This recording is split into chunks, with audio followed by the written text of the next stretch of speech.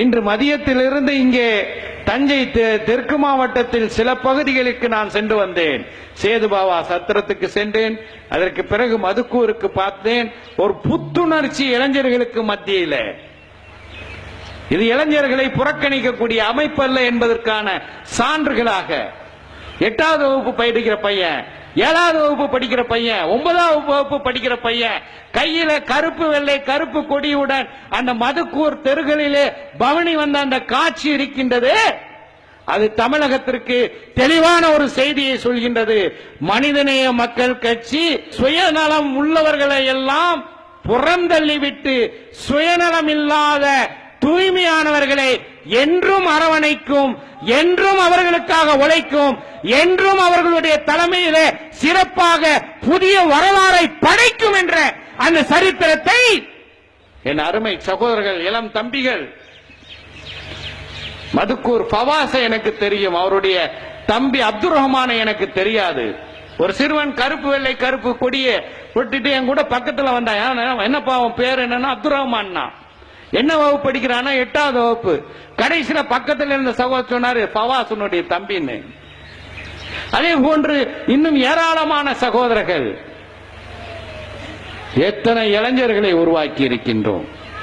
திக்கு தெரியாமல் சென்னைக்கு வந்து எங்களுக்கு ஏதாவது ஒரு வகையில நீங்கள் உதவ வேண்டும், அல்லது நம்முடைய இயக்கத்தை சேர்ந்த சகோதரர்கள், எங்க ஊரை சேர்ந்த ஒரு பிடிப்பான பையன் உங்க கையில ஒப்படைக்கின்றோம், நீங்க உங்களை செழுமையாக்குங்கள் என்று சொன்ன எத்துணை சகோதரர்களே, 7 வடமரைக்காயர் தெரு என்ற அந்த பள்ளி உருவாக்கி இருக்கின்றது. இன்று வாழ்க்கையில பல்வேறு தளங்களிலே அவர்கள் ஜொலித்துக் கொண்டிருக்கின்றார்கள். பட்டியல் போடவா?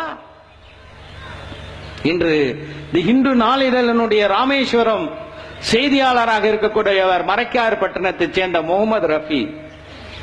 நான் ஒரு முறை ராமநாதபுரத்துக்கு, இப்ப இல்ல பல ஆண்டுகளுக்கு முன்னால், தமுக மாமக பிறப்பதற்கு முன்பு நான் நினைக்கின்றேன், 2006 இருக்கும் நினைக்கின்றேன். அப்போது எங்களுடைய அன்றைய தமுகவினுடைய மருத்துவ சேவை அணியினுடைய செயலாளர் பாக்கர் அவர்கள், இந்த பையன் ரொம்ப துடிப்பான பையன், ஒரு பத்திரிகையாளர் ஆகணும் அப்படின்னு கனவு காண்றான், நீங்க இவனை சென்னைக்கு அழைத்து சென்று தேவையான உதவிகளை செய்ய வேண்டும் என்று என் அன்பு சகோதரர் பொறியாளர் பாக்கர் அந்த சகோதரனை அறிமுகப்படுத்தினார். உடனே அவருக்கு ஒரு டெஸ்ட் வச்சேன். நான் இன்னைக்கு மண்டபம் அகதி முகாம்ல பார்க்க போறேன், நீ என் கூட வர்ற, நான் அங்க பல பேரை பேட்டி காணுவேன், அவ்வளோத்தையும் நீ எழுதிட்டு எனக்கு ஒரு ரிப்போர்ட்டா தரணும்னு. அந்த சகோதரர் கூடவே வந்தார், புகைப்படம் எடுத்தார், அறிக்கை எழுதி தந்தார். பார்த்தேன், சரி இவன் ஒரு சிறந்த பத்திரிகையாளர் ஆயிடுவான் அப்படிங்கிற ஒரு நம்பிக்கை வந்தது. சென்னைக்கு வா என்று அழைத்து சென்னை புதுக்கல்லூரியில இதழியல் துறையிலே படித்தார். நாம் நடத்தி வரக்கூடிய அன்று நடத்திய மக்கள் உரிமையிலே அவரை சேர்த்துக் கொண்டோம். அலுவலகத்தில் தங்கியே கல்லூரியில் படித்தார். பிறகு MA ஜேர்னலிசம் படித்தார். தந்தி தொலைக்காட்சியினுடைய செய்தியாளராக மாறினார். அதற்கு பிறகு இன்று தி ஹிந்து தமிழிதழினுடைய ராமேஸ்வரம் செய்தியாளராக, முன்னாடி ராமேஸ்வரம் ராஃபி என்ற பெயரில் எழுதினார், இன்று முகமது ராஃபி என்ற பெயரில் எழுதுகிறார். இளைஞர்களை புறந்தள்ளக்கூடியவர்களா நாங்கள்? இன்று நம்முடைய தமிழ்நாடு முஸ்லிம் முன்னேற்ற கழகத்தினுடைய மாநில செயலாளராக இருக்கக்கூடிய பேராசிரியர் முனைவர் ஹாஜா கனி, எனக்கு இன்றும் நினைவு இருக்கின்றது.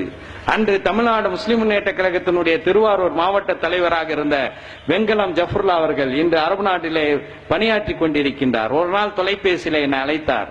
எங்க ஊர் பையன், விஜயபுரம் பையன், சென்னைக்கு இப்ப படிக்க வர்றான், இவன் ஒரு திறமையான கவிதைகள் எழுதுவார், இவரை நீங்கள் ஊக்குவிக்க வேண்டும் என்று நேரடியாக தொலைபேசியில் அழைத்துவிட்டு நேரம் கேட்டு வடமரைக்கார் தெரு அலுவலகத்துக்கு அந்த தம்பி ஆஜா கனியை எனக்கு அறிமுகப்படுத்தினார்.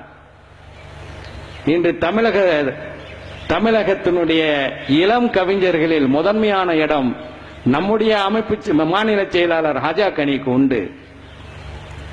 இன்று தொலைக்காட்சிகளிலே நடக்கக்கூடிய அரசியல் விவாதங்களில் மிக சிறப்பான விவாதங்களை எடுத்து வைக்கக்கூடிய தமிழக சிந்தனையாளர்களில் முதன்மையான இடம் பேராசிரியர் முனைவர் ஹாஜா கனிக்கு உண்டு. அவர் தமுகவில் சேர்ந்தபோது அவர் பேராசிரியரும் இல்லை, முனைவரும் இல்லை. என்ன எனக்கு அவர் மேல பொறாமையா?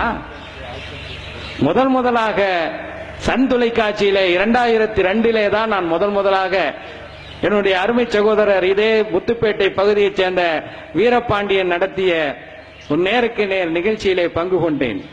அது இன்று மிசோரம் மாநில ஆளுநராக இருக்கக்கூடிய சண்முகநாதனுடன் பாபரி மஸ்ஜித் தொடர்பான விவாதம் 2 வாரம் வரும் அந்த விவாதம். அதுக்கு பிறகு தொலைக்காட்சியில பல விவாதங்கள்ல பங்கு கொண்டேன். நான் மட்டும்தான் தொலைக்காட்சியில வரணும், வேற யாரும் வரக்கூடாது என்ற எண்ணமா? கொடுத்த வாய்ப்புகளை பயன்படுத்தியவர்கள் ஆஜா கனியும் அப்துல் சமதும் அவர்கள் இன்றும் சிறப்பாக பல தொலைக்காட்சியினரால் விரும்பி அழைக்கப்படுகிறார்கள். கொடுத்த வாய்ப்புகளை பயன்படுத்த தவறியவர்கள் 2014 சென்னையிலேயே உட்கார்ந்து இந்த டிவி டிபேட் நம்முடைய பிரச்சாரத்துக்கு முக்கியமானது, வேற எங்கேயும் போகவானா செஞ்சா அதையெல்லாம் புறக்கணித்தவர்கள். அவர்கள் மீது எனக்கு பொறாமையா?